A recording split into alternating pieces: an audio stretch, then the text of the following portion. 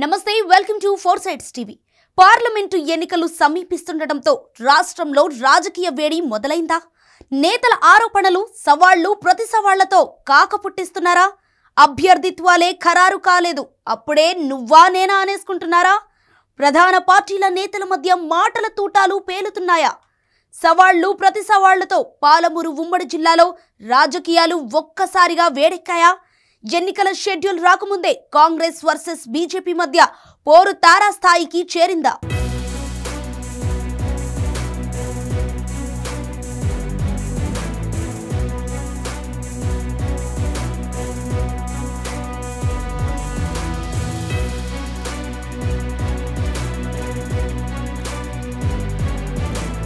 Parliament ఎన్నికలు సమీపిస్తుండటంతో రాష్ట్రంలో రాజకీయ వేడి రాజుకుంటోంది. మహబూబ్ నగర్ పార్లమెంటు నియోజకవర్గంలో ఎంపీ ఎన్నికల హీట్ ప్రారంభమైంది. అసెంబ్లీ ఎన్నికలు ముగిసి నెల దాటిందో లేదో అప్పుడే కాంగ్రెస్, బీజేపీ నేతల ఆరోపణలు, సవాళ్లు, ప్రతి సవాళ్లతో కాకపుట్టిస్తున్నారు. ఇంకా అభ్యర్థిత్వాలే ఖరారు కాలేదు, అప్పుడే నువ్వా నేనా అనేసుకుంటున్నారు. పార్లమెంటు సెగ్మెంట్లోని ప్రధాన పార్టీల నేతల మధ్య మాటల తూటాలు పేలుతున్నాయి.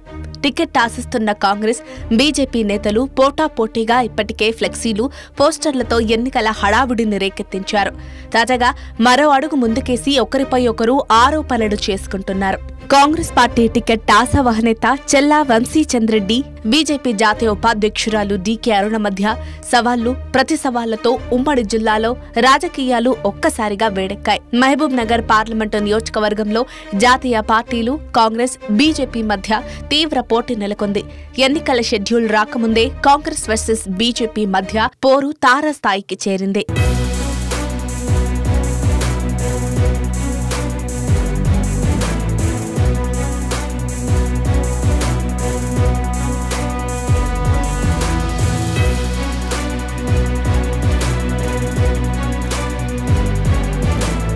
సిడబ్ల్యూసీ ప్రత్యేక ఆహ్వానితుడు వంశీచంద్రెడ్డి తాజాగా బీజేపీ జాతీయ ఉపాధ్యక్షురాలు డీకే అరుణపై చేసిన కామెంట్స్ రాజకీయ వర్గాల్లో చర్చనీయాంశమయ్యాయి. కాంగ్రెస్ లో ఉన్నప్పుడు 2019 ప్రదేశ్ ఎన్నికల కమిటీ సమావేశంలో 15 కోట్లు ఇస్తే కాంగ్రెస్ అభ్యర్థిగా పోటీ చేస్తారని డీకే అరుణ చెప్పిందని వంశీచంద్రెడ్డి అన్నారు. తాను చెప్పింది అబద్దమని డీకే అరుణ మహబూబ్ నగర్ జిల్లాలో ఏ రామాలయంలోకి వచ్చి చెప్పినా రాజకీయాల నుంచి శాశ్వతంగా తప్పుకుంటారని సవాల్ విసిరారు. వంశీచంద్రెడ్డి సవాల్పై బీజేపీ జాతీయ ఉపాధ్యక్షురాలు డీకే అరుణ స్పందించారు. వంశీచంద్రెడ్డి చెప్పినవన్నీ అబద్ధాలేనని ఆమె కొట్టిపారేశారు. కేవలం గుర్తింపు కోసమే తనపై కామెంట్స్ చేస్తున్నారని చెప్పారు. ఆయన చెప్పిన కథకు నేను సిద్ధంగా లేనని వెల్లడించారు. వంశీచంద్రెడ్డి చెబుతున్నట్లుగా నాటి సమావేశంలో పాల్గొన్న ఇతర సీనియర్ నేతలందరినీ ఆలయానికి తీసుకురావాలని, వారందరూ రాజకీయ సన్యాసానికి సిద్ధంగా ఉన్నారా అని డీకే అరుణ ప్రశ్నించింది. వాళ్ళు సిద్ధమైతే తాను కూడా సిద్ధమని,